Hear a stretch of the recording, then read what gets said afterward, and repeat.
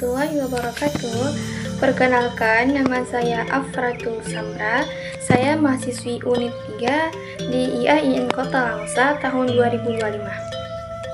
Pada kesempatan kali ini, saya ingin menjelaskan materi tentang uleblang dalam sistem adat Aceh. Baik, sekarang kita akan memasuki pengertian uleblang. Secara etimologis, istilah uleblang berasal dari bahasa Aceh. Ule berarti kepala, pemimpin atau orang yang dituakan. Sedangkan blang berarti sawah atau hamparan lahan pertanian. Dalam demikian, uleblang berarti pimpinan atau kepala yang mengatur segala urusan persawahan dan irigasi dalam suatu wilayah. Uleblang merupakan lembaga adat yang sudah ada sejak masa Kerajaan Aceh Darussalam dan tetap lestari hingga sekarang di beberapa daerah pedesaan. Dalam masyarakat agraris Aceh, sawah dianggap sebagai sumber kehidupan bersama. Karena itu dibutuhkan seseorang yang dipercaya untuk mengatur sistem pertanian, terutama sekali pengairan dan jadwal tanam. Nah, tokoh inilah yang disebut dengan uleblang. Nah, yang kedua yaitu ada sejarah singkat dan asal-usul uleblang. Jadi, lembaga uleblang muncul pada masa Sultan Iskandar Muda pada tahun 1607 hingga 1636. Nah, ketika masa itulah sistem pemerintahan Aceh mulai tertata dengan baik. Pada masa itu juga Sultan mengatur tata kelola pertanian dan irigasi karena padi menjadi komoditas utama kerajaan. Sultan menunjuk tokoh adat di setiap wilayah pertanian untuk mengatur pembagian air dan juga menjaga ketertiban di area sawah.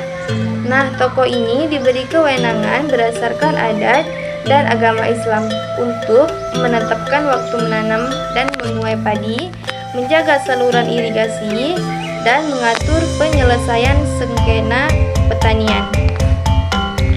Nah, seiring waktu, lembaga ini menjadi bagian dari struktur sosial masyarakat dan dikenal luas sebagai uleblang. Nah, penjelasan yang ketiga yaitu struktur dan kedudukan uleblang. Dalam struktur adat Aceh, kedudukan uleblang berada di tingkat kampung, yaitu desa, atau mungkib, yaitu gabungan beberapa desa. Struktur kerja uleblang umumnya terdiri dari 4 struktur. Yang pertama, uleblang yaitu kepala sawah atau pemimpin utama. Yang kedua yaitu kejumblang adalah pelaksana teknis lapangan yang membantu uleblang mengatur air dan jadwal tanam. Yang ketiga, tuhapetblang yaitu penasehat yang memberi masukan dan juga menengahi jika ada konflik antar petani nanti.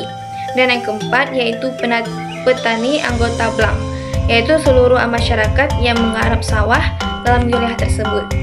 Nah, uleblang tidak memiliki jabatan politik, tetapi uleblang memiliki kewenangan moral dan juga sosial yang sangat tinggi. Maka karena itulah dipilih berdasarkan kepercayaan masyarakat dan pengakuan adat. Untuk lebih jelasnya, mari kita melihat sama-sama beberapa foto tentang materi yang saya jelaskan pada hari ini.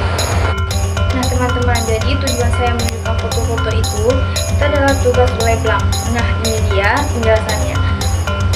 Tugas uleblang yaitu mengatur pembagian air irigasi agar semua sawah mendapatkan air secara merata. Yang kedua itu mengatur jadwal tanam dan panen sehingga sistem pertanian berjalan serentak, yaitu tanam serentak.